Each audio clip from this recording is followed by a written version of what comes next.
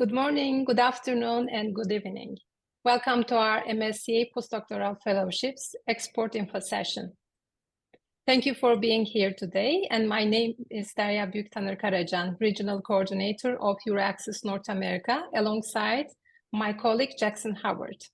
Additionally, I serve as a professorial lecturer at George Washington University, the Elliott School of International Affairs in George Washington, D.C. As many of you already know, EURAXESS is a European initiative supported by the European Commission, EU member states, and associated countries. It provides free services, portals, and tools dedicated to researchers outside of Europe who seek to connect with fellow professionals and organizations or explore research and innovation opportunities within Europe. Today's webinar aims to provide updated information on Marie Skłodowska-Curie Postdoctoral Fellowships. These fellowships are designed to enhance the creativity and innovation of researchers holding a PhD program, providing them with opportunities for advanced training, international mobility, interdisciplinary collaboration, and intersectoral engagement. MSCA Postdoctoral Fellowships welcome excellent researchers of all nationalities. This webinar is particularly timely considering the most recent call of this action has just closed. However, the next call is set to open in April 2024 with an indicative budget of around 417 million euros. The deadline for the submitting proposals is September. And today we are honored to host two distinguished speakers. Our first speaker is Dr. Tuğba Arslan from TÜBİTAK. Welcome, Tuğba. Serving the National Contact Point for MSCA, Tuğba will share insights relevant to researchers and also institutions, not only researchers, this is also important, in both North America and Europe. Following Dr. Tuğba Arslan's presentation, we will hear from Dr. Gokce Kor Bicakci, a Marie Curie alumna, including the application process, do's and not do's, right, tricks. Her insights will help applicants, you, the researchers, avoid common mistakes and increase their chances of securing funding. So it's very valuable information for all of us, I think, to hear all of these experiences. I warmly welcome our esteemed speakers and their invaluable support and collaboration. Thank you for being here today. So before we jump into the presentations of our speakers, I just want to provide some housekeeping details.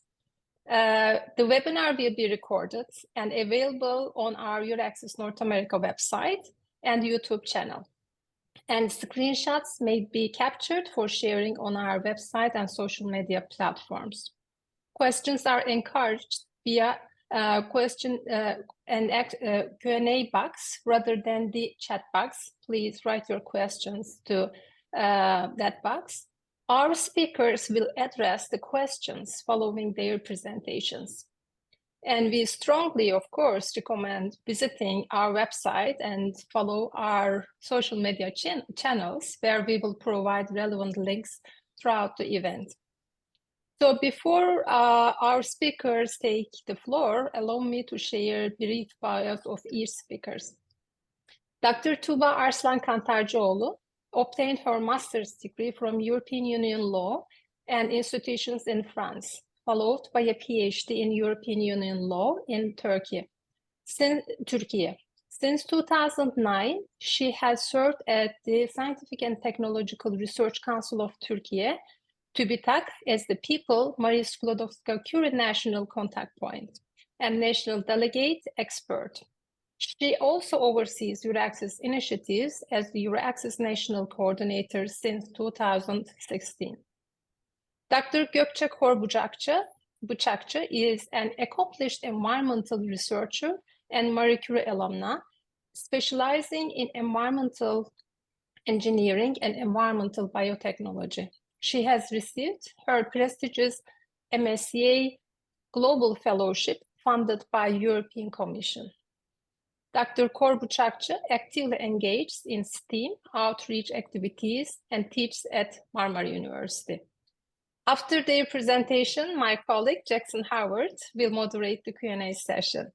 So thank you very much again for being with us. And I would like to give the floor, first of all, to Tuğba, to you. Thank you.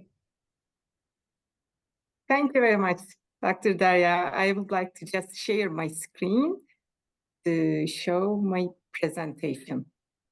Okay. Just a second. Okay, I think it is visible now. Thank you very much for this very nice introduction and for hosting us today. I'm really happy to be here to meet with the researchers all around the world, I guess. It's very nice to meet with you, and I just at the beginning I would like to mention that I am open all kinds of questions today or after the event when you need. As Dr. Derya already mentioned, I'm working as National Contact Point for Turkey. So if one day you plan to come and carry out research in Turkey, I will be very happy to reply you any of your questions. Also today I will be sharing with you the other links, resources, how to reach to the other national contact points in the world, so that if you decide to apply to Marie Skłodowska-Curie Actions Postdoctoral Fellowships one day, for this call or the next calls, because every year this call is opening.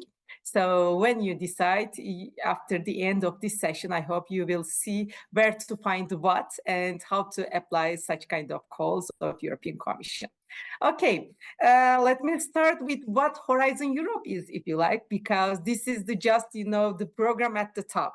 This is the biggest civil research program, let me say, with the biggest budget in the world. And I can tell you that Marie Skłodowska-Curie Actions is not the only program under this Horizon Europe. When we say Horizon Europe, it is 2021 to 2027. It is a one-term framework program, let me say, but every 5 or 7 years there is another new program created and funded by European Commission. So this time it is now till 2027 you will hear about Horizon Europe. Previously it was Horizon 2020, so 7th, 6th, 5th framework programs. Maybe in history you remember such kind of programs. So this is the combination of these framework programs, and now the name is Horizon Europe. There are many other topics, there are many other calls under Horizon Europe. Today we will focus on Marie Skłodowska-Curie Actions, which has 6.6 billion euro budget during this 7 years program, let me say.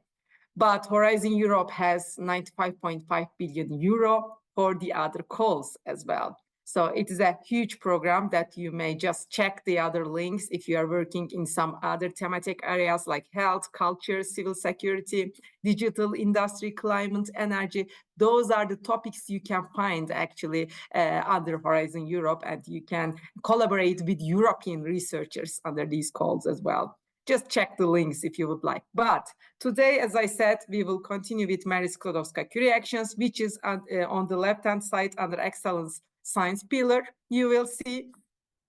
And Marie Skłodowska-Curie Actions, I would like to very generally tell you that is just equipping researchers with new knowledge and skills through mobility and training.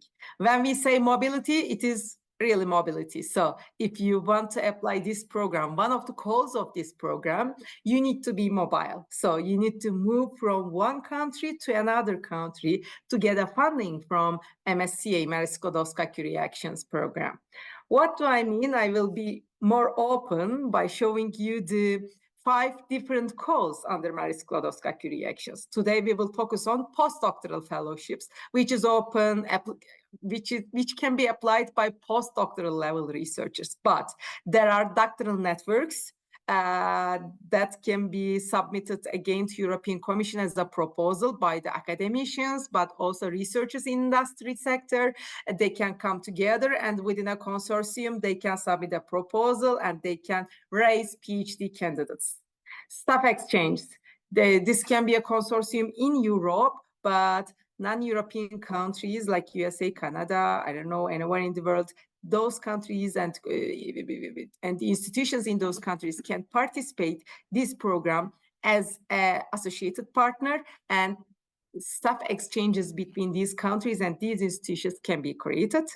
Co-fund is a funding program to create their own funding mechanisms, and Citizens is like a Researchers Night Festival theme program. Okay, those are the things that I can very shortly tell you, and we can discuss later on. If you have any questions, you can just keep in touch with me. But I have to continue with postdoctoral fellowships today. First of all, I can tell you that Derya already mentioned it is very timely because in April, the new call is opening. Till September 11th, 2024, you will have time to submit your proposals to European Commission. If you would like to be mobile, if you would like to leave your own country and go to Europe to carry out research from 12 months to 24 months, if you have such kind of plans, you can submit a proposal to this call. You're listening the right presentation tonight, let me say.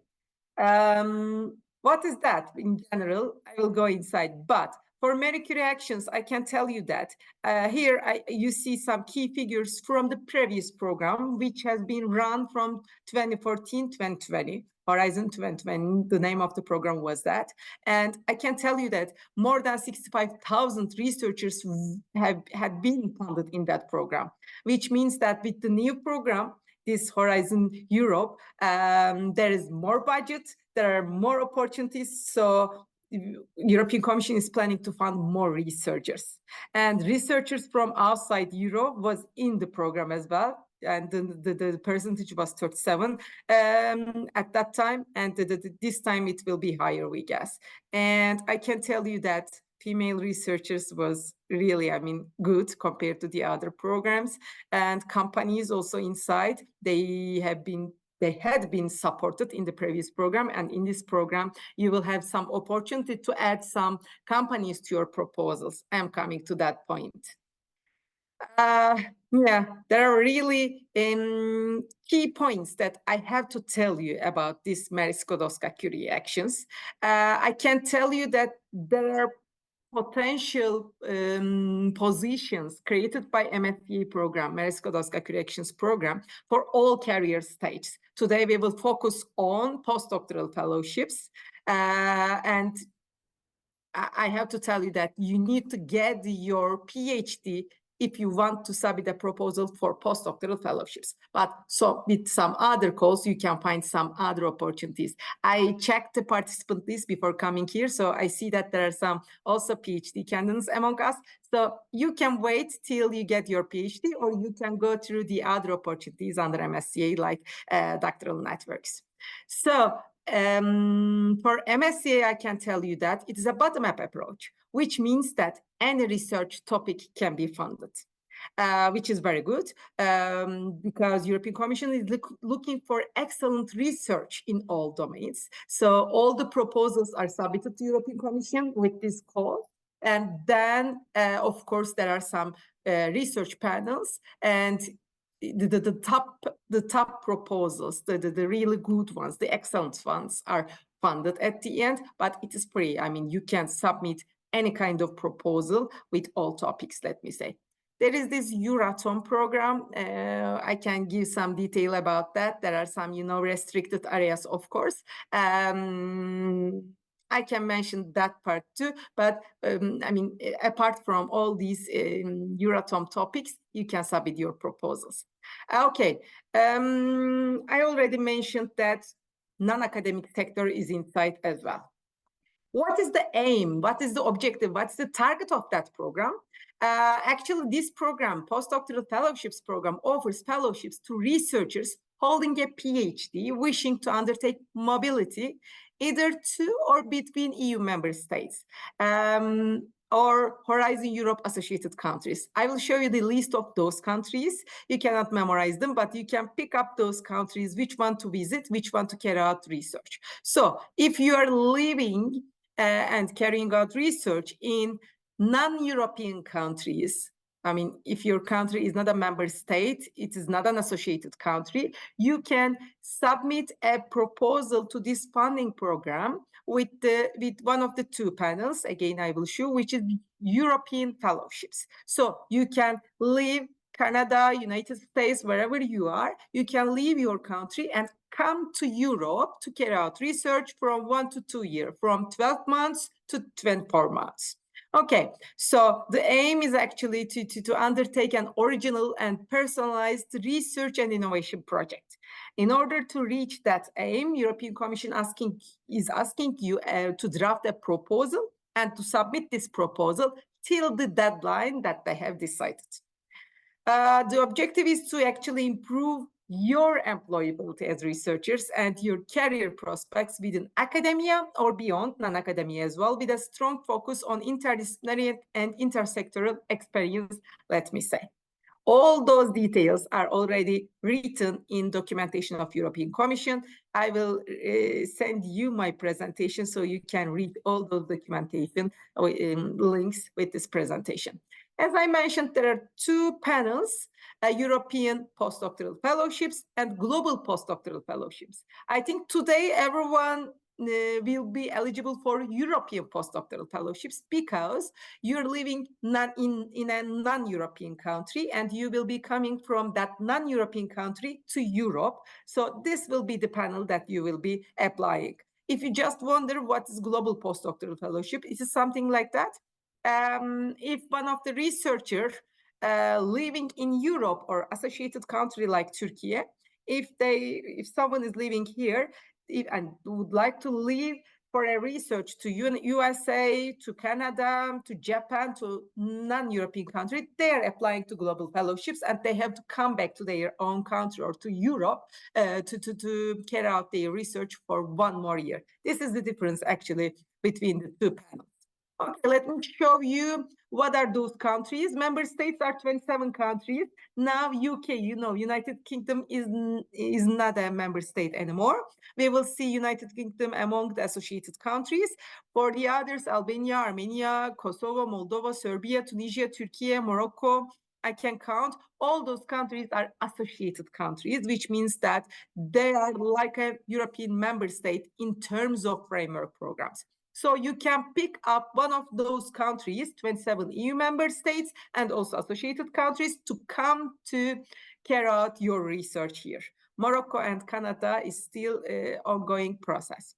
Switzerland is an exception. They are not an associated or member state. They are like third country. What do we mean by third country? They are, any other country. If one country is not a member state or associated country, this means that they are third country in terms of terminology, EC terminology. Okay. Postdoctoral fellowships, I can tell you that you need to find a host institution in one of those countries, EU member states, France, Germany, Austria, I don't know, among those 27 countries, or in an associated country like Turkey, Tunisia, Morocco, I don't know, one of those associated countries that I have already told you. Okay, if you find your own country or a host institution in those countries, you can just contact with them saying that I would like to come to you to carry out research from 1 to 2 years in your country, and we will apply to Marie Skłodowska-Curie Actions postdoctoral fellowships together. You need to be mobile, as I said just in the beginning, which means that you need to go to a country that you have not been resided or carried out research more than 12 months in the last 36 months. In the last 36 months means that the call will be closing on the 11th of September 2024. So you will start to count these 36 months starting from that deadline. So this is a strict rule. But of course, there is this calculation methods, meaning that, if you just went to Turkey for 10 days or 15 days for a vacation, this will not be counted. There is a list of non-counted things, but if you carried out research there more than 12 months, you will not be eligible to that country. You need to pick up another country. This mobility rule is very strict. And you need to get your PhD. I will not repeat that. And a new rule, scientific age. European Commission just added since a couple of calls ago, they said that you can apply to this program, fellowship program, if you not fulfilled your 8th year after getting your PhD diploma. There are some exceptions, yeah, like maternity leave, paternity leave, some military obligatory term perhaps, or if there is some time that you passed without research because you had some administrative job. Such kind of exceptions can occur, and you can submit those exceptions with your application. There is a list of that exceptions, of course, but if not, 8-year rule needs to be calculated. Okay, resubmission restrictions is that if you have submitted a proposal last year and if you did not get over 70%, over 100 score, this means that this year you cannot submit a proposal. So this is because there is huge number of submissions of the proposals. So I think European Commission is just trying to balance the applications, number of applications. So this is another rule just arrived to this program. As I said, there are 2 panels, European and global fellowships. I think, I mean, all of you will go this European fellowship topic. If you're living in Canada, in USA, or in non-European countries, you will go for European fellowships, let me say. If you're living in Europe, in one of the member states or associated countries, you can go for global fellowships and live for research in non-European countries and come back to Europe again for 1 more year. Here are the budgets. In total, 270 million, 71 million euro budget is there just for you, just for researchers. I will show you what is the budget of each fellowship just in a second. But before that, I would like to add some more points. The participating organizations, I told you that you need to find an hosting institution. This could be a university, this could be a public research institution, private research institution, this could be a non-academic institution carrying out research. So any research performed institution, any legal entity would be eligible actually, but they need to be an EU member state or associated country actually. As I said, researchers holding their PhD with a, this 8-year rule, they can apply. Nationality is not a problem. Any nationality for European fellowships, and nationality can apply.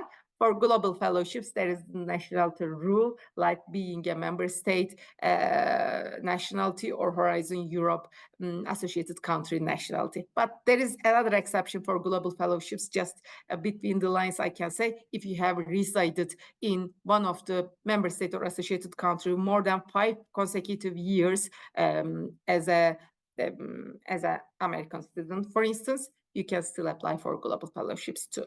So, mobility rule is there. I told you you need to move to a country that you have not resided more than 12 months in the last 36 months. Okay, the duration is from 1 to 2 years. 12 to 24 months, you can just choose 18 months too, but from my experience, I see that generally people are writing, researchers are writing 24 months research projects, but you need to choose your own research time, of course, because you will be writing a proposal according to this time that you choose, what you will be doing, what's your research, what's your aim, what's the excellent part of it. So you have after me, Dr. Gokce Kor Bicakci will give more detail about the proposal drafting session. So you will see that you need to be precise. What time do you need to carry out your research? Another thing is the secondments. As I told you, Marie Curie Actions wants to see academia and non-academia all together. Just collaboration is so nice. So this is not compulsory, but optional secondments are there. In your proposal, you can say that I will go for a non-academic or academic institution for a secondment to see what's happening there about my proposal. So not more than 1/3 of your total project, you can write the secondment period in your European fellowship. For non-academic placement, this is something different because this is something added after the time that you finish your proposal, your project. So it is an additional period of maximum 6 months, 6 months after project completion. So if you write a non-academic placement to your proposal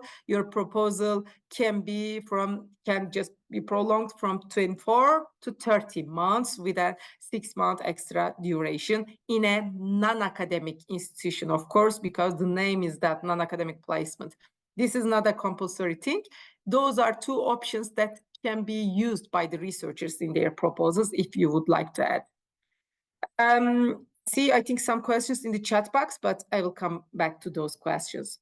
Okay. Evaluation and award criteria. This is 3 main criteria: excellence, impact, implementation. When you just receive the template of the proposal, which is published by European Commission for every call, you will see that there will be subtitles under these excellence, impact, implementation. For instance, they will ask you, why do you think that your project is excellent? Why does it need to be funded by European Commission? What is the originality thing in your proposal? What is the impact of it, not only for your country, not only for the country that you're visiting, but for whole Europe and for whole world, actually? And how will you implement this proposal? How will you as a researcher implement this proposal? And how will your institution implement this proposal? As I said, this is a mono-beneficiary project, so 1 researcher will be funded per each fellowship. 1 institution is needed to submit a proposal for European fellowship. So the budget will come to that institution if you are funded. So the implementation process, how will it be? So the institution is really good enough? Is it really good enough to implement that project? This is another part. As I said, Dr. Gokce will give more detail about that part, but this is the criteria that's looked for actually while reading your proposals by the evaluators. I can tell you that in April 2024, the call will be open. It is announced as 10th of April, but just off the record, I can tell you that I think the date will be just postponed for one week. If you see such a postponement, don't be surprised. But the deadline is fixed. It is 11th of September 2024, and it is very strict. With Brussels time, it's 5 o'clock. All the system is just shut down. So please submit your proposals 1 day before or early in the morning that day, just not to face with technical problems. And I can tell you that there will be 5 months to get the results of your applications. I would like to show you the budget, but I would like to underline and emphasize that these numbers will change very soon. It is not announced yet, but as National Contact Points, we have the news that there is this discussion behind because of high inflation, I mean, all over the world. The budgets needs to be recalculated. But I will give you the information which is published in the last year's call. In April, we will get the new budgets. Okay, this is the living allowance. I can tell you that this is your salary. This is provided for your daily salary. 5,080 is written there, but this is the gross amount. So there will be some taxes, of course, according to the country that you are going. Plus mobility allowance, 600. This is because you are moving from one country to another. This budget is added to your living allowance. Also, if you have a family, it doesn't matter if you're living with your family to that country or not, but if you have a family or someone that you need to look after, so this family allowance is given to you too. Long-term leave allowance and special needs allowance are just provided for those who need special needs, but for these three allowances, this makes your salary, and this needs to be given to you directly as a salary from your institution, which is funded with this fellowship. But I have to tell you that according to the country that you have choose, there will be correction coefficient factor, which means that if you're going to Brussels or Belgium, you will get the 100%. But if you're going, I don't know, Denmark, I think it will be more than 100% because of the living conditions there is more expensive. If you're going to Turkey, yeah, the living conditions, yeah, compared to Brussels and or Belgium and Denmark, less expensive, let's say. So it's 80%, I can tell. So depending on the country, you need to check the total budget. The numbers are fixed, so there is no bargaining. These are the very easily calculated allowances. Okay, institutional unit contributions, they are also your fellowship. 1,000 euro for research training networking and 650 euro for management and indirect contributions. Those are the budgets given to the institution who is hosting you, and you will be spending this budget with your institution in your lab, in your, I don't know, for your conference participation, for e-journal application, I don't know, anything that is related to research training and networking, you can use this budget. Okay, I can tell you that the budget is really good. I mean, it's really good employment and conditions the MSc is creating. So the applications numbers are high and the competition is high. You can check these numbers when I leave you my presentation, but you need to write a really good proposal to get the funding because the application number is high and the success rate is, around, okay, depending on the panel that you're applying, it's around 20%, let me say. Fellowships is an exception, let me say. You may see a list of countries just in the below text. There are some countries who are found as structured as ERA countries, widening countries. Turkey is one of them, but also, I don't know, Tunisia, Morocco, Moldova, Georgia, many countries. So if you're not funded with European Postdoctoral Fellowships, you can get funding from ERA fellowships. This is just an extra budget. You will get the same thing that I have already mentioned in the previous slide. There's a tick box in the application form. They are asking you, would you like to continue with ERA fellowships if you cannot be funded by European fellowships? So the only thing that you need to do is just to tick that box. Okay, how to apply? It is really easy because it is online application, no paperwork. The only thing you need to do is just go to that link and open the relevant call. I cannot show you it now because it will be open in April and the previous year's call is closed. So you need to find the exact call, which is Horizon Europe Postdoctoral MSCA Postdoctoral Fellowships 2024 call. So when you go inside, you will see Part A forms and Part B form. Part A forms are general forms like who are you, what's your name, the institution's name, etc. Part B is your proposal. That's the thing that I have been mentioning to you as a research template, proposal template, which is published by European Commission. So as soon as the call is published, you will see that on the website. So they are asking you excellence, impact, implementation parts to fill it. You write it in a Word document and then you change it in a PDF document and you submit it on this online system. It's really easy to do it, but it takes time. So please do not leave this to the last week or somewhere. You need to draft your proposal, I think as soon as the call is open in April, and fulfilling the A forms, it can take some time. So please just fill it with information that you will take the host institution that you will work. I'm just checking my time. Okay. I can tell you that there's this code from the institution that you choose, participant identification code. So you have to choose your institution first. They will tell you the PIC code. I'm sure most of the universities, maybe non-academic institutions may not have, but it's easy to get a PIC code. So when you fill this PIC code, most of the information about the institution will be filled automatically.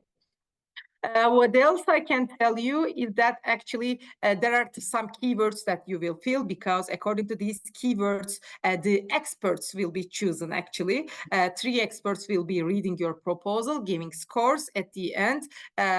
So keywords are important about your proposal. As I said, this is a bottom-up approach, so every topic can be submitted as a proposal.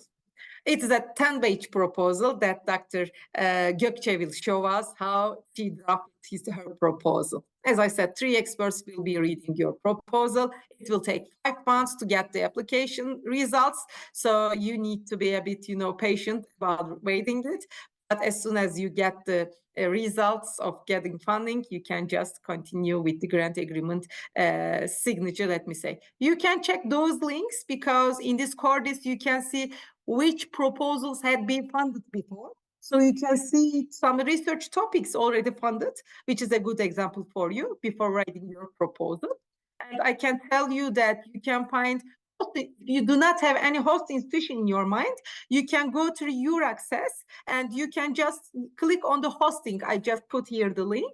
You can search for hosting institution advertisements from March to April, May, I think till June.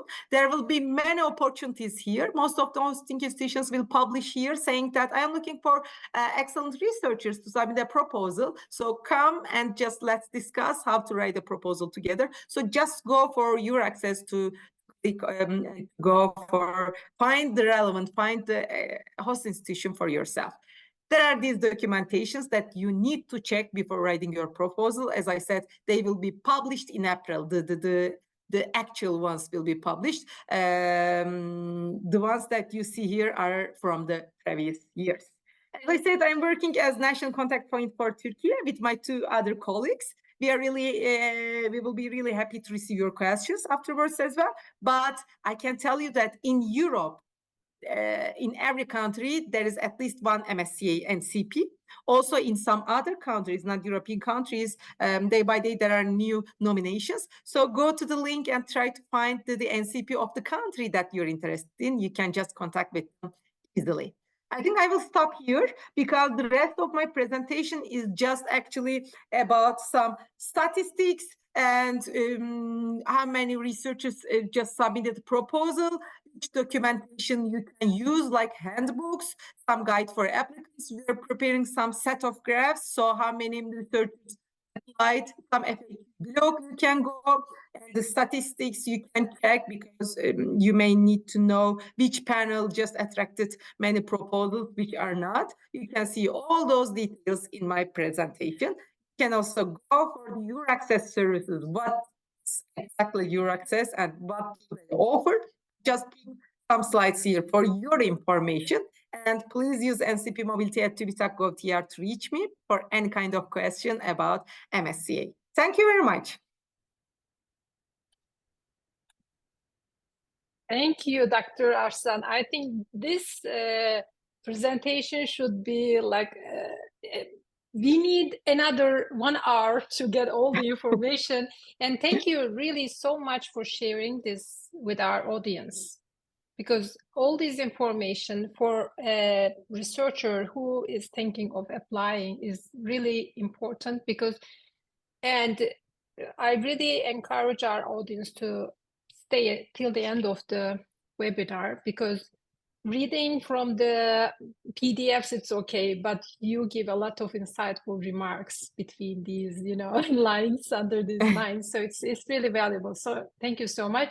Another thanks is for promoting EURAXESS, because EURAXESS is a great platform that all the researchers can really search for the hosting organizations, the other opportunities. And every day we have more than 10,000 job and funding opportunities. So if you just write the link EURAXESS North America, they will reach out to many opportunities. So thank you again. It was really a very insightful review. And then I want to turn the floor to Dr. Gokce Kor Bicakci, to surnames and a bit different. I'm Turkish, so it's good that I can pronounce it very easily. Right? Because because my last name is a bit long, Büyük Tanrı Karacan. So I want to give the floor to you for to hear tips and tricks. And I think this is the second part of this webinar, to hear more real experiences from you. Thank you so much. Thank you so much for your kind introduction. I'm sharing my screen with you. So, okay, so I'm getting the first part. Okay, I think I am ready to go. Okay, firstly, good morning or good evening, everybody. So I am very glad to be here today. So before starting some tips and tricks for today, so let me introduce myself very briefly. I earned my bachelor degree from Environmental Engineering Department in Turkey in Marmara University, and then I focus on the environmental biotechnology side, and I earned my master degree from Istanbul Technical University. And also I started work as a teaching and research assistant. And then during my PhD, I focus on improving sustainable waste to energy processes and also minimizing risk to emerging contaminants to environment. During my PhD, I got also fellowship from the Turkish Scientific Council, and I conduct several experiments in Canada, University of British Columbia. And at the end of my PhD research, I also start to investigate some Marie Curie action opportunity for postdoc opportunity. And then I decided to submit a proposal to Marie Curie action. And finally, I got good results, and I done my global fellowship for 3 years, and I will give some more information in the next slide. And I am now teaching in Environmental Engineering Department in Marmara University. If I mention a little bit my GF journey, my project aims including the innovative and energy efficient system. So this system investigates improving the removal of these problematic toxic emerging contaminants, so to minimize the risk to environment. So the abbreviation of my project is Radiopropolis. So I had designed also a logo for my project, and if you need more information, please feel free to reach my project website. And as I mentioned, my project panel under the Global Fellowship. Because of that, the total duration of my project is 3 years. So also I had 2 host institutions. One is outside Europe, one is inside Europe. For example, the University of British Columbia in Canada in my outgoing host institution, and the University of Boğaziçi Üniversitesi in my beneficiary and return host institution. And I conduct several project types during the 12 months in there. And I conclude my project the last December. If I mention a little bit my MSCA journey, so also Dr. Tuğba explained very details, but the pre-evaluation time is really critical. So I suggest you can start at least 3 months before the call deadline. But to be honest, I think maybe more than 3 months is required. So I can say that the 5 or 6 months, that's good to cover all parts of the proposal. So I think after the opening on April, this call, so maybe you can start to investigate, you can start the first stage of your proposal. For instance, in my case, I applied the MSCA 2017 call. So during my first attempt, my score is 87, but unfortunately I failed. So I get this fellowship. Actually, my score is not bad, but this cutoff of the fellowship is really high, over than 90, because of its really competitive fellowship. Because of that, I only get the Seal of Excellence certificate from European Commission. But then I know that I learned several details about the proposal structure, key topics, and also the most important things, I had a evaluation summary report from my previous call. So this evaluation summary report is really crucial to understand your proposal strengths and weaknesses. So in that case, I improve my all weaknesses given from the reviewer, and the next call, I got this prestigious fellowship. So if we continue some tips and tricks, so Dr. Tuğba also gives several examples you can reach as an example and useful guidance.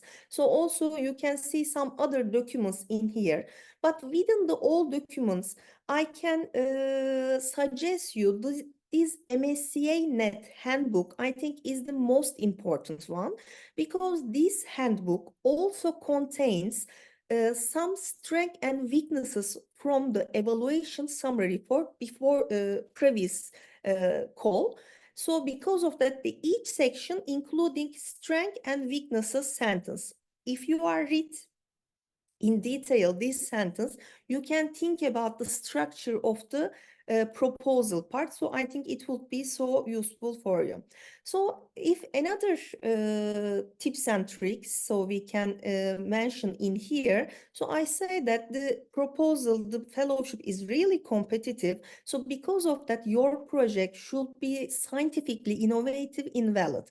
And also, your background is really critical, but also your supervisor background should be also very important, and you need to show that your team, so you are in a team, and so that all parties gain maximum knowledge and skills with this fellowship.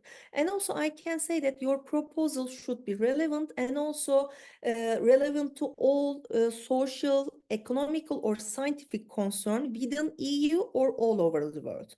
So also I can say that you need to be persistent. So before, so similarly, if you are fail in your first attempt, you can repeat your proposal in the next call if your score is over than 70. So this is a one-shot fellowship, so you can repeat your proposal in the next call. And also I can say that the pre-evaluation support also so critical for your improving your proposal.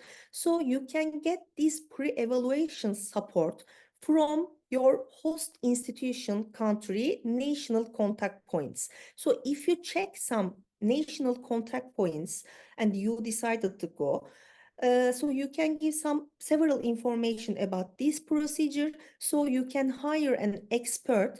So this expert review your proposal structure, and also you can improve your weaknesses related to this proposal structure. And also, Dr. Tuğba also mentioned the Part B proposal template consists of just 10 pages. So it's really short limit page. So because of that, you can use the abbreviation, or some make connection is required in order to keep the page number as at 10. So if I mention a little bit about proposal structure, so I can say that 3 section is included in the proposal. For example, for excellence part, I use 6 full pages to complete all details. If we are continue the impact section, I used almost 2 full page, and also for the implementation section, I also used for almost 2 pages. So now I would like to give some detailed information section by section for each excellence, impact, and implementation part. For example, if we start the section 1 for excellence part, in here you can give several information about your introduction topic. So you can maybe explain some question. You can see on the right side of the slide, I added some basic information. If you explain this type of information, it will be useful to explain your topic. And also, you need to share the current level of knowledge on your research with referring to several maybe research article or regulation and etc. And also you need to make connection between state of art and your specific objective. Because after the state of art, you need to also explain your specific research objective in detail. And in the second section of excellence, in here, the overall proposed research methodology should be explained as a summary form. So in that part, you need to go so much detail because you need to give details about your research methodology in the section 3 in the work package part. So also in this section, you need to give information about your originality of research. If your research interdisciplinary or multidisciplinary, you need to explain in detail, and also you are mentioned in gender dimension and open science practices. In another section, so this section introduce your supervisor to the reviewer. So if you are select European fellowship, you have just one supervisor in your host institution. But if you are apply GF global fellowship, so in for example, like me, so I have two host institutions. One is inside Europe, one is outside Europe. So in here, also a brief text is required for explaining supervisor public summary or maybe supervisory activities and awards and projects in a summary form. Also, in my project, in addition to my supervisor, I made also scientific advisory boards, including 4 different esteemed researchers from the different background in order to improve the impact and output of my research. In the same section, two-way transfer of knowledge between the researcher and the host institution should be explained also in addition to explaining training activities. For example, in my proposal for explaining this transfer of knowledge, I made 2 different tables. First table, you can see the details on the right side. First table related to transfer of knowledge to the experienced researcher from the host institution, and the other table name is transfer of knowledge from the experienced researcher to the host institution. So you can add the additional information into each table. But if you are applying the GF, this two-way, you need to explain 3-way transfer of knowledge because you have 2 different host institutions. And also you give some information about your career development plan for that part. So the final subsection of the excellence, researchers should be explain their scientific story for giving information about previous leadership awards and the key skills by referring to section 4, because in section 4, in the part B2, you need to give several information about your CV. If we are continuing the impact section, so the first subsection should be explain how new skills, collaboration links or experience will improve your career after this fellowship. But in here, I put also some example at the bottom side of the slide. You can see some simple phrases for you. Maybe you can check and read these phrases while preparing stage. But my suggestion is used to be more specific always instead of using a generic words. In the next subsection, you need to explain your dissemination and communication activities firstly. For instance, in my proposal, again, I prefer to use the table format because the table format also cover all of things in a short version because you know of the page limit. So in here, for example, on the right side, again, you can see some parameter I used for making the table. For example, target or activity name or where is happening, when is the date, and some metrics for making this explaining the dissemination activities, and also some potential exploitation of results or intellectual property concern also discussed in this section. So also I can say that for intellectual property rights, the European ERP help desk would be so useful in addition to your technology transfer office of your host institution. In the same section, communication activities also explain. So similar to dissemination activities table, I also made a communication activity tables, and also you can see the details on the right side. So in here again, you need to be specific instead of the generic sentence. For example, I put some example from my project communication activities. So during my postdoc research, as a outreach activity, I aim to encouraging young minds for STEM education.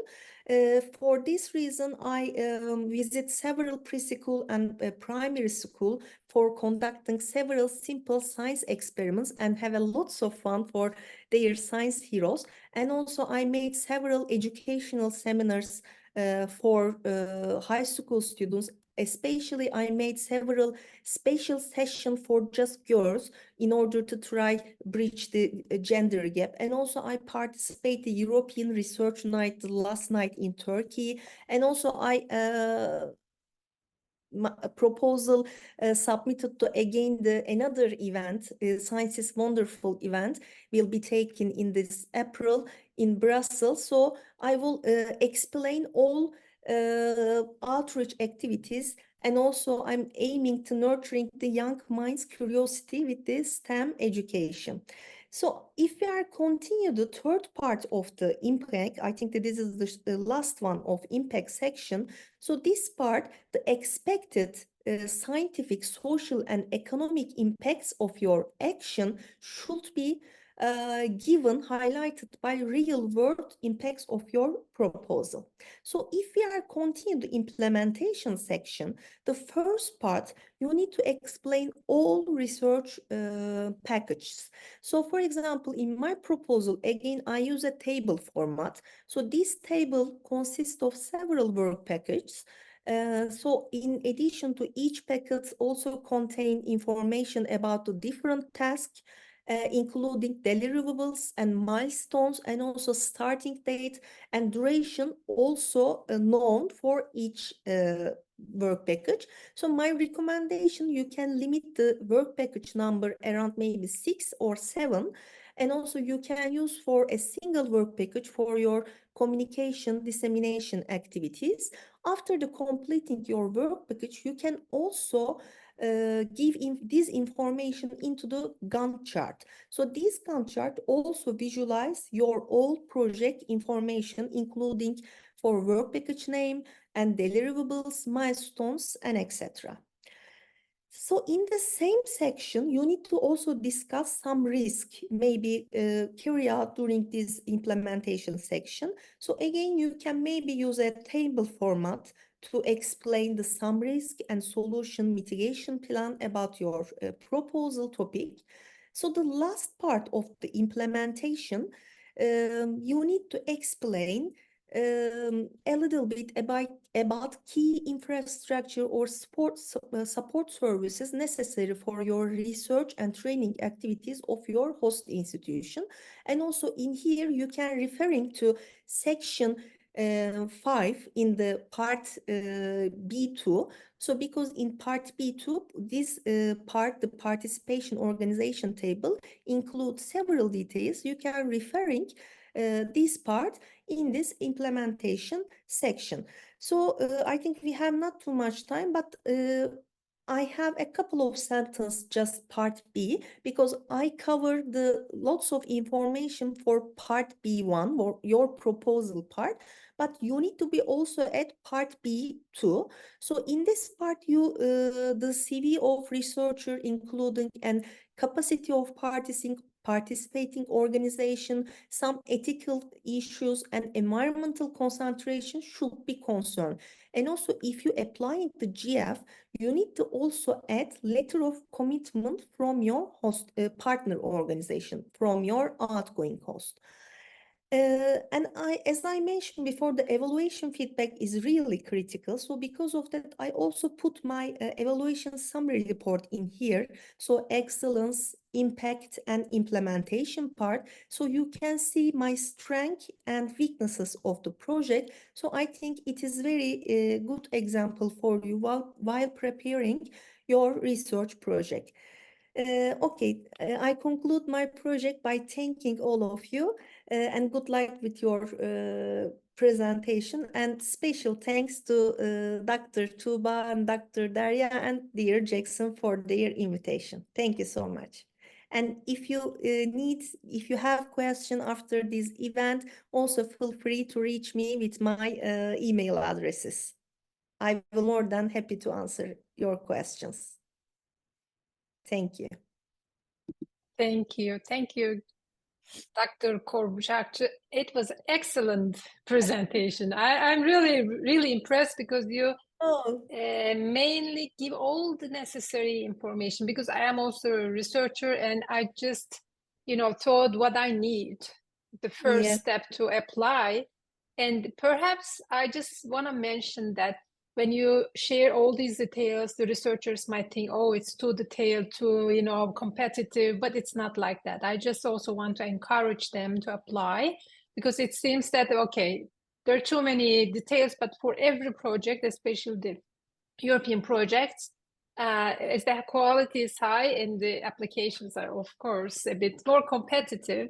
But at the end, I think what you get is really invaluable. And I really encourage all the researchers who wants to be funded by this European Commission Framework Program, MSCA Postdoctoral Fellowship fundings. And the section that you mentioned about STEAM, not STEM, because in the outreaching activities, you also put art in it, because we all the time talk about STEM, but STEAM is different because we also add art to the science, technology, engineering, and math, right? So thank you for sharing all these insights and experiences with us. And I'm going to just want to repeat that we are going to share your presentation with our audience also in our website. So I would like to invite you both to stay on the screen, because my dear colleague Jackson Howard is going to moderate the Q&A section. Thank you. So thank you, everyone. I'm just going to get my technical system set up here. Doctors, thank you to all three of you for conveying a lot of information in a short amount of time. Derry and I, in the absence of great NCPs like yourself covering MSCA in North America, we oftentimes present in person and virtually, and I think we can continue to strive to be able to share as much rich information as you do. So I will jump right into moderating the Q&A. As you and the audience can see, it looks like our great speakers have been typing some answers, and Dr. Kor Bicakci, I invite you as well, if you'd like, while I'm just giving a few housekeeping remarks on my side, if you want to just jump right in, because I think what I'd like to do is offer the opportunity to our two great speakers today to also perhaps elaborate. If you've already typed out a response to some of the questions in the Q&A box, you can elaborate, you can sort of add some additional commentary if you wish, and then what we'll do is Derry and I will get all the resources that I've been sharing in the chat, and we will make this a separate document that we upload along with the two speaker presentation PDFs and the recording. So bear with me. I will try to have this up later today. It may take a few business days, depending on how long it takes everything to be processed. But the goal is that just by bookmarking the event URL, the event page that you presumably found in the first place to register for this webinar, you'll be able to access everything there, a PDF of all the links and sort of the titles of web pages and PDFs that I've been sharing in the chat, and then the two presentations, as well as this recording itself. And then if you're watching this as a recording, we'll also invite you just to contact us at EURAXESS North America so that we can either do our best after the fact to answer your questions or connect you to NCPs as well, including our great Turkish NCPs. And then if you're interested in a particular European country or you're based in Europe and you're interested in North America, you can contact an NCP in that particular country of interest for you. Because as a reminder, in North America, we do not have NCPs for the Marie Skłodowska-Curie Actions. So thank you again. I will shortly go over into the Q&A box. I'll invite everyone watching to, again, continue to submit your questions in that section, not in the chat. And we also have a few questions submitted during registration that I'm going to go over. And if those are still relevant, because I know sometimes the speaker presentations address those preemptively, I will read those as well. I think I'll reiterate remarks before I start from both of our speakers, and that is that in simple terms, the Marie Skłodowska-Curie Actions Postdoctoral Fellowship, or the PF, it's bottom-up individual researcher mobility. So that's why when people ask, is my specific field in this, you don't have to check your field against any pre-existing list. You propose bottom-up what your project is, and it gets evaluated on simple criteria that are outlined in advance. So the mobility factor in this individual researcher mobility bottom-up terms comes into play in the sense that you cannot have been for more than 12 months in the last 36 months from the call deadline in the country where you want to have your host institute. So again, mobility in either direction. It can be within Europe, to Europe, from outside of Europe, or from Europe to anywhere in the world. So I think there's a lot of opportunities there. I'll jump in. I think our speakers may have already been addressing some of these, but I just want to take a moment from my side to also elaborate. I will share a link momentarily with the official opening and closing dates for the MSCA-PF. That said, as has been mentioned earlier, it's highly anticipated that April 10th open date will get pushed back very slightly. So if you have everything ready to go somehow very quickly on April 10th, you may have to be waiting another week or two. There's no official date yet, but it is also anticipated that September 11th close date will not change. So again, you don't have to write down any of this information I'm sharing in the chat because I'll make it available in a PDF document afterwards. But if you want to have the page open right now, you can see the current call dates as they're listed by the European Commission available on that page. And then I know there is a bit of interest from Canada. I'm really encouraged to see that. And our great testimonial was in Canada. And I hope you have a successful return to Canada to continue your research career in the future. I should just mention that Dr. Arslan had also mentioned Canada will associate in the near future, later this year, to Horizon Europe. In the case of Canada, and then also New Zealand, which last year became an associated country that's not in the wider European neighborhood, that is for Pillar 2 only. So instead of the bottom-up nature like the MSCA, Pillar 2 are for top-down international consortia, collaborative consortia. So that's great for researchers in Canada of all nationalities, but it doesn't change anything about the postdoctoral fellowship. So you can be based in Europe going to Canada, you can be in Canada of any nationality going to Europe, but you could not be, for example, an American in Mexico who wants to go to Canada with EU funds. That's just not, that's the one sort of third country dynamic that wouldn't work. But that said, Europe's doors are open and also in either direction. So we'll encourage you to apply.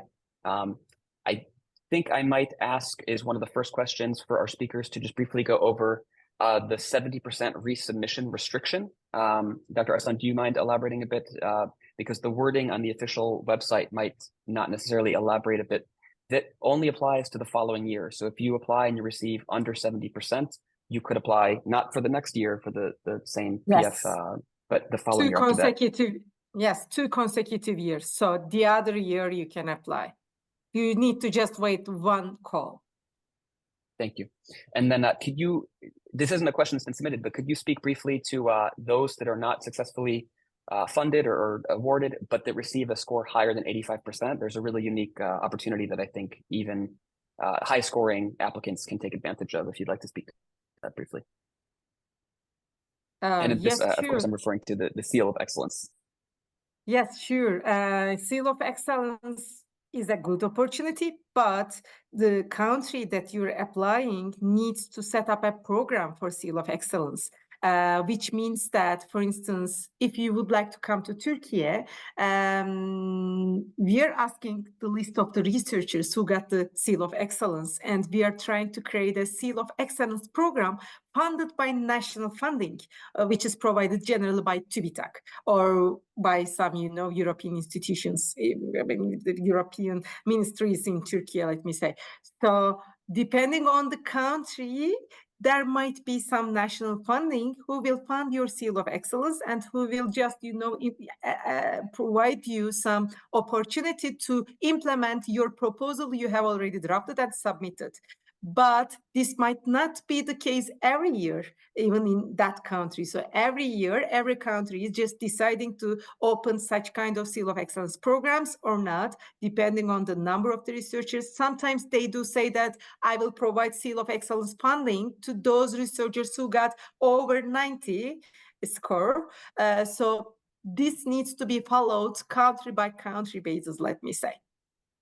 But in EURAXESS, again, I know that if you got the Seal of Excellence, I think EURAXESS is putting that logo. And if there is this Seal of Excellence funding program,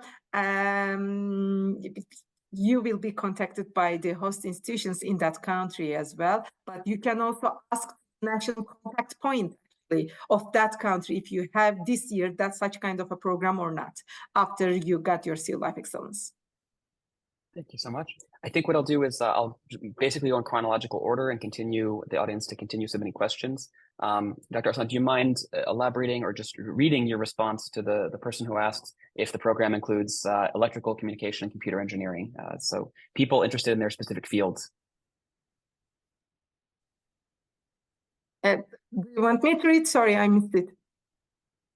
Just if you have any additional remarks to follow up on your written answer, okay, also okay, because okay. those watching the recording might not necessarily see this. Yeah, yeah. But everyone, regardless, obviously this person's asking for their field, but it's bottom-up approach. So even it's archaeology, history, biology, physics, I don't know, social sciences, economics, whatever the topic is, it's applicable. I mean, you can write a proposal, electronics engineering, computer sciences, all they are really very nice topics. So they will be funded for sure if you write an excellent proposal. The only exception is Euratom topics, nuclear, some research things. There are some topics under Euratom program, and there are some countries who are member of Euratom, so they have extra budget that can be funded under Euratom topics. So if you have such a station in nuclear research and Euratom topics, please go and ask to the national contact point of that country if this is eligible. But for that question, communication and computer engineering and electrical engineering, it is definitely open, it's eligible topic. I mean, like all the other topics. Thank you. Someone asked specifically for the acceptance rate and the number of applications per call. In your written response, you kindly provided the exact figures. I would encourage people to also follow up on the MSCA website of the European Commission, where they annually publish the statistics for all calls. They also have a lot of testimonials and success stories, so you'll hear in written format, just like we heard from Dr. Kor today, about what the experience is like. So it's a really good way to sort of put faces to the names and learn about the program. So I won't read off those numbers, but that will be available for anyone checking our website afterwards. We'll compile a bunch of this information. I can very shortly say that, sorry about that, but we have a statistical document. After every call, we publish it. Thanks to MSCA Net project, we are a partner of it as TÜBİTAK. So this year for 2023 call, we are preparing it as well. You can reach 2022 statistical documentation, and I can add that document next to my presentation. I put some slides on it, but you will have a more general coverage of all statistics. I will send with the presentation. Thank you. So someone also asks, if one has gotten a PhD under the MSCA, can one later apply to the MSCA Postdoctoral Fellowships? And you had explained how it is possible on some of the other actions, as we call them, to get a PhD from the MSCA Doctoral Networks, or DN, the co-fund program. And if you just, in your own words, want to share how it is possible. Yeah, because as I said, Marie Skłodowska-Curie Actions funding at all stage of careers. So PhD candidates can be funded under Doctoral Networks program, also under co-funding program. Co-funding program can be written as a proposal by the research funding institutions as a PhD program or postdoctoral program. So if it is a PhD program, one of the researchers could be funded by co-fund program as well. So when they finish their PhD, thanks to this funding of European Commission, thanks to doctoral networks, or thanks to co-funding program, they will be a Marie Curie alumni already. But that's not a problem, actually, to submit a new proposal for postdoctoral fellowships. And I know some examples of who already got postdoctoral fellowships with European fellowships, and then after finishing that, who got also extra global fellowship afterwards. So the rule is not submitting a proposal on the same year, on the same call. But when you finish your Marie Curie Actions, you can go for another opportunity again under MSCA. So it's fine, it's okay. To whoever wants to answer this one, I'll ask a follow-up question. It's actually from somebody else, but I think I can tie these two together. You said it's for all career stages, and someone asked, what if they already have more than 8 years of relevant work experience? Yeah, this was not the case before. The cutoff for the PF. But are there other actions that you would recommend an experienced researcher? I understand. Yeah, I understand very well. Gökçe Hanım is nodding head because this was not the case before in Horizon 2020. Till Horizon 20 or till Horizon Europe, the rule was like that. We are open to everyone, every age of scientific age or normal age, no matter. Any professors with the real experience can come and submit a proposal. But the number of applications is too high in the world. So I think European Commission just wanted to stop this, not stop, let me say, but decrease this number of applications. That's the reason they put this 8 years rule. So if you are over 8 years of research experience, with the exceptions, please check the exceptions because the exceptions are really important. Maternity leave is not counted, paternity leave is not counted, administrative roles, if you just leave your research responsibilities for a couple of years, they are not counted. If you passed some time in a non-European country like Canada, like Japan, USA, and away, they are not counted. And if you're coming to Europe, of course. So there are really good exceptions to extend this 8 years rule. Just check that. But if you still not in that range for Marie Curie Actions, it is not possible. You can go for European Research Council funding if you like. For ERC funding is also very good. Thank you. I'll jump to a question that with the specific dates of the person asking, but with the idea that any applicant could sort of apply their own situation here. Someone from France has been in the US doing the PhD since August 2021. And we remember the 36-month rule where 36 months from the call deadline, which for 2024 will be September 11th, you cannot have resided in that country for more than 12 months. So a French citizen who's been outside of Europe in general, but would be interested in going back to France. At that point, I feel comfortable saying yes, but I would rather turn this to our great speakers. So Dr. Arslan, could you just speak to that particular example? Yeah, I mean, we need to see exactly when she left the country, but according to the question, it seems that in September 2024, it's almost 3 years, I mean, that she's abroad, not in France. So she can turn back to France because the rule is she needs to be out of France she doesn't need to be in France for more than 12 months in the last 36 months. It's just like, difficult say to think, but yeah, that's the rule. So it seems that she's eligible. Thank you so much. Could you also just share again your written response to someone that asks if a secondment institution receives funding, can a secondment institution receive funding for any fees that they might have during the researcher's secondment, even if they're not an associated country? So a third country. Yeah. Actually, I just then placed the sentences from the work program is published for 23 and 24 calls. Researchers receiving a postdoctoral fellowship may opt to include a secondment phase within the overall duration of their fellowship in a country worldwide. So this is optional. This is not obligatory. You can opt to include a secondment phase in the proposal. Of course, the duration should be there. I mean, not exceeding 1/3 of their total duration. So if this is not an associated country, this is also okay. But according to the question, I think they have been asking about receiving funding. Secondment is just meaning that the fellow is taking his or her own budget to the seconded institution. So if she or he has 24 months budget, and for 3 months he or she is leaving to a seconded country, seconded institution, this means that the beneficiary is still paying his or her living allowance, mobility allowance, family allowance, research training, networking allowance, and management costs. So for the first 3 budget allowances are the salary of the researcher. So he or she will keep it while going to the secondment as a salary. So the the seconded institution does not need to pay extra budget as a salary. And RTN budget, which is RTN, research training networking budget, can be used in that seconded country, in the lab, I don't know, for any conference attendance, for e-journal applications, anything, or visa applications. And management budget can be shared between these 2 institutions, but this will depend on the agreement of the beneficiary and the second institution, of course. So the European Commission will not pay extra budget to the seconded institution, but the budget already provided to the fellow can be used between these two institutions. Thank you. I see a separate question from Mary about if institutional overheads are included in PF in some manner.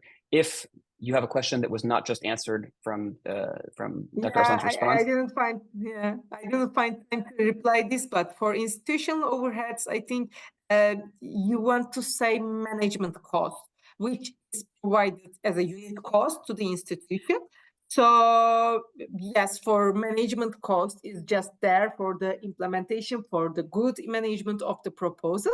So it is provided as a fixed amount. Thank you. I am jumping around some of the open questions, and someone is curious about the awarding of MSCA fellowships and the actions in general to researchers in Latin American countries. I'll gladly say that Daria and I cover the United States and Canada as EURAXESS North America. Of course, we welcome virtual attendees from all over the world. Within Europe, you of course have the NCPs for the countries you're interested in if you're going to Europe on the European Fellowship. And then many or most countries in the world will have country-nominated NCPs that are specific to either the Pillar 2 calls or in this case, the Pillar 1, like MSCA fellowships. So you can definitely contact the MSCA NCPs in those different countries. But I think your first resource should be EURAXESS Latin America and the Caribbean or EURAXESS LAC. I can include, if the person that asked that wants to email us at northamerica@euraxess.net, I'll gladly follow up with an introduction to our colleagues who cover all of the rest of the Americas.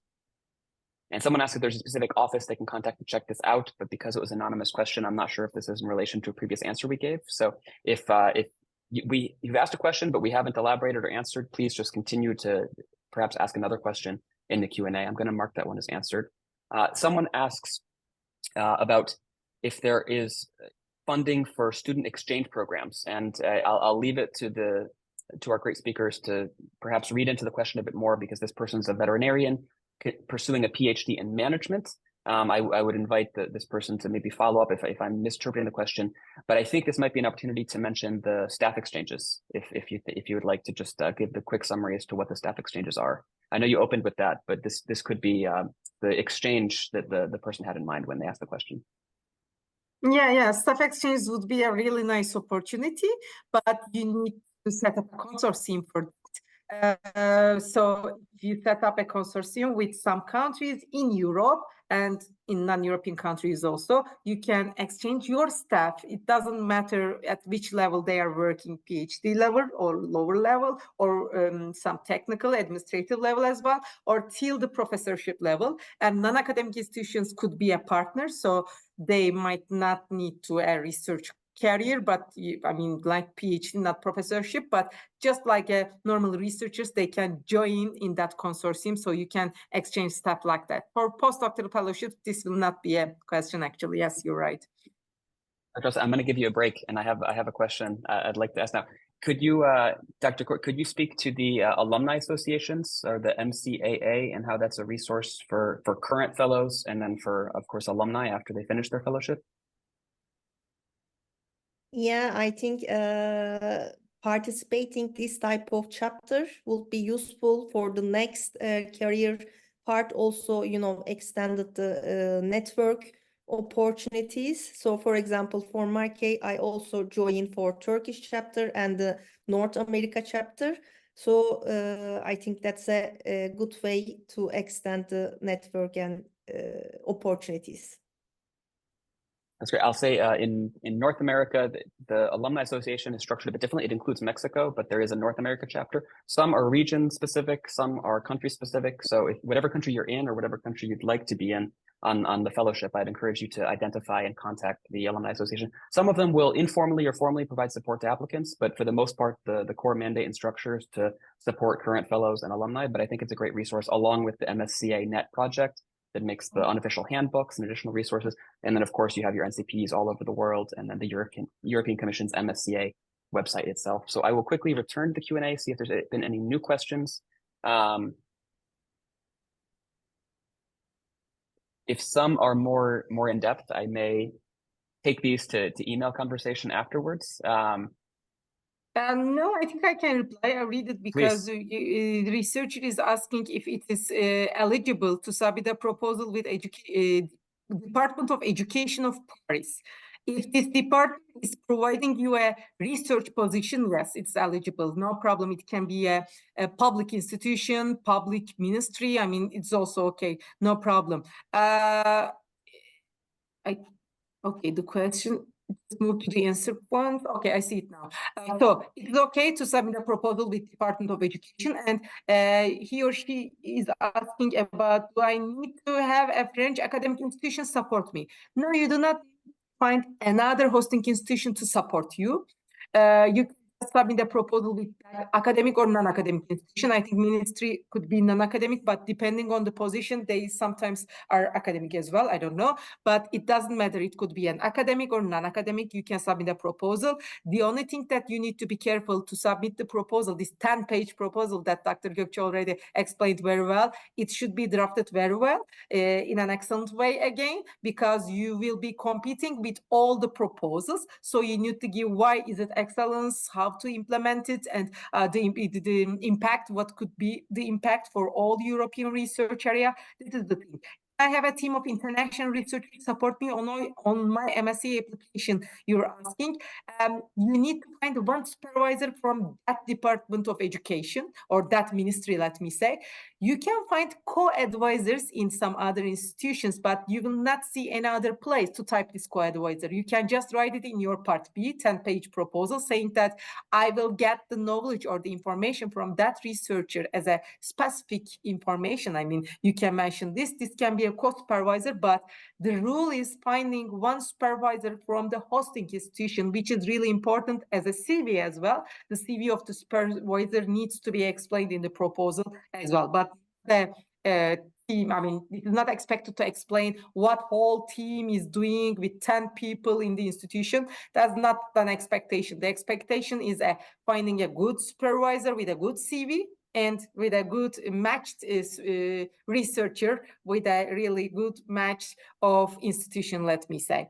Okay, I think what offices could I contact for more information?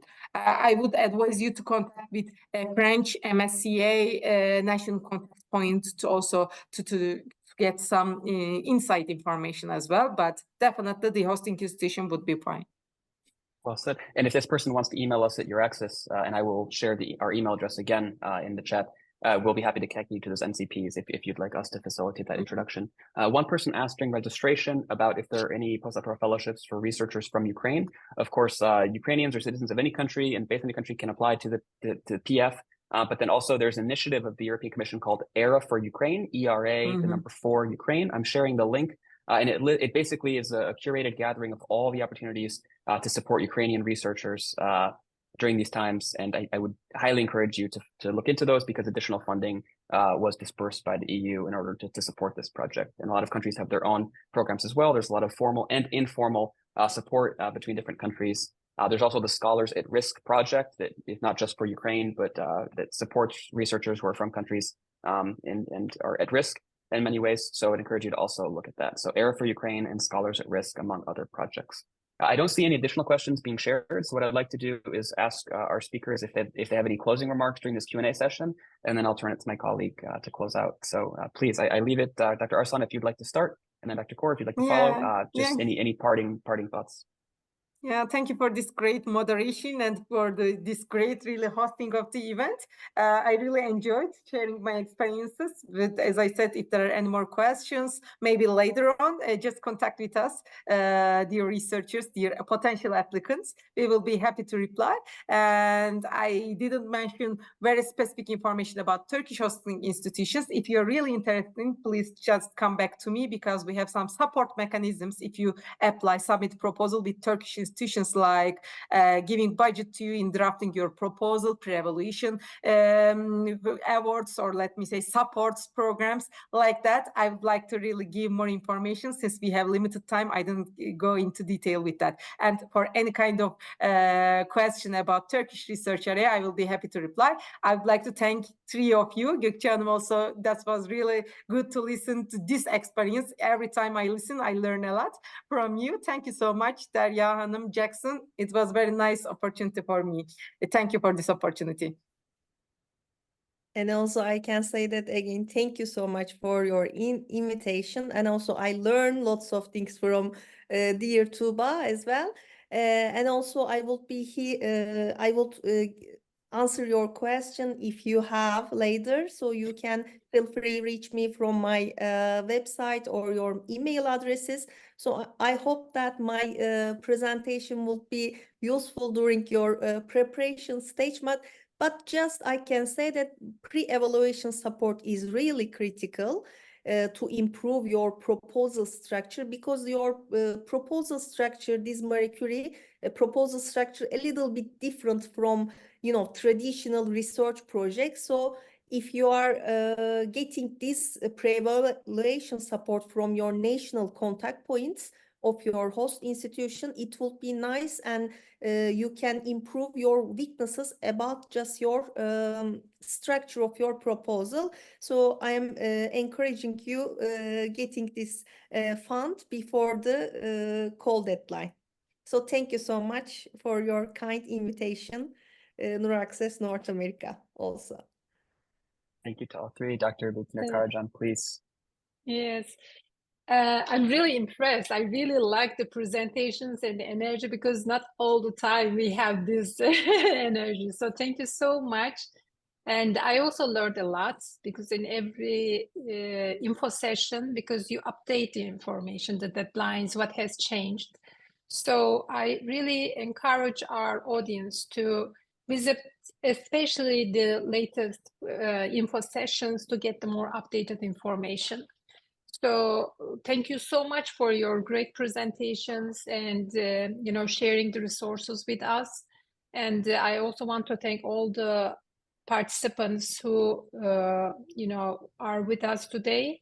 And I also want to just remind that the recording of this webinar will be accessible on our YouTube channel and website, and the post-event email containing the video and all presentations and all these websites that we have shared during the events.